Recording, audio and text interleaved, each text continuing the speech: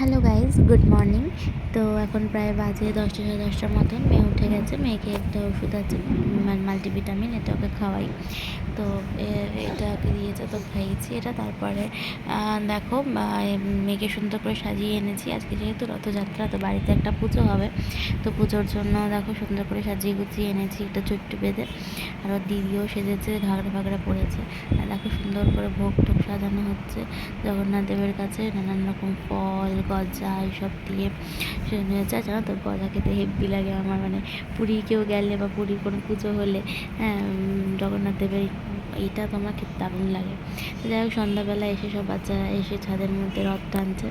যেহেতু রাস্তায় বেরোনোর এখন না সুযোগ নেই, হ্যাঁ, তো এত গাড়ি ঘোড়া এত কিছু রাস্তা টানা সম্ভব না। আর এখানে তো টানতেই পারবে না কেউ, যেহেতু পার্ক সার্কাস।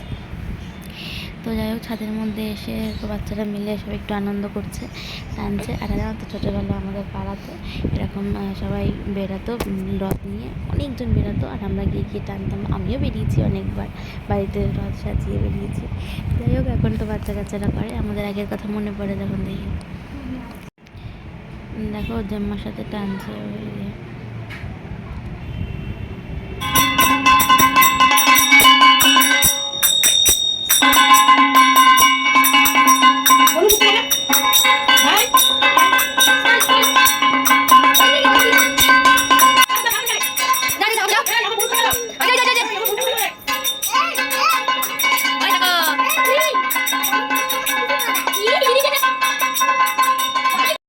দেখো, ঠাম্মুর সাথে কুস্তি করছে, ওকে নিয়ে কুস্তি করো, এ করো, তাহলে একদম ঠিক আছে। দুষ্টুমি করবে মানে পাগল হয়ে যাবে ওর সাথে কুস্তি করতে।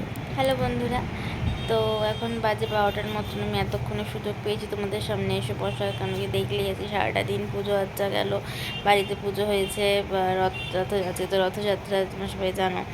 তো বাড়িতে পুজো হয়েছে, তো সব কিছু মিলে একটু ব্যস্ত ছিলাম, সময় করে উঠতে পারিনি তোমার সাথে যে বিষয়ে করতে কথা বলবো। তো প্রায় আমি অনেকদিন পরই এলাম তোমাদের সামনে কথা বলতে, কারণ মাঝখানে অনেকদিন ব্লগ করতে পারছি না। তো দেখো, তোমার সাথে আমি এখন কথা বলছি, আমার মেয়ে দিয়ে কুস্তি করছি নিজের মতন।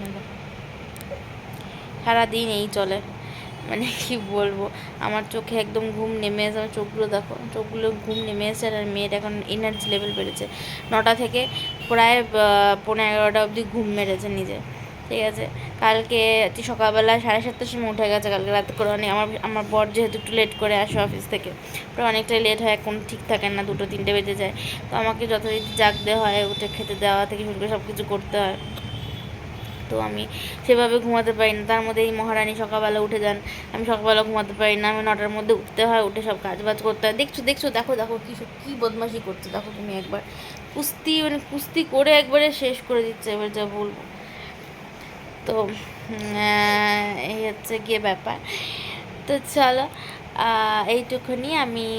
হ্যাঁ, আর তোমাদের সাথে যেটা বলার ছিল সেটা হচ্ছে গিয়ে, তোমাদের সাথে প্রতিদিন আমি ব্লগ শেয়ার করতে পারছি না, তার জন্য সত্যি কথা তোমরা কিছু মনে করো না। হ্যাঁ, তোমাদের সাথে আমি চেষ্টা করবো, যেহেতু যতদিন মানে হয়তো সপ্তাহে আমি 1 দিন বা 2 দিন দিচ্ছি, বা যতটুকুই দিচ্ছি না কেন, তোমাদের আশা করবো তোমাদের ভালো লাগবে। হ্যাঁ, তো চলো। আর আমি কথা বলতে পারছি না, এত কুস্তি করছে, তোমরা জানো না তো। দেখো দেখো কী কুস্তি করছে।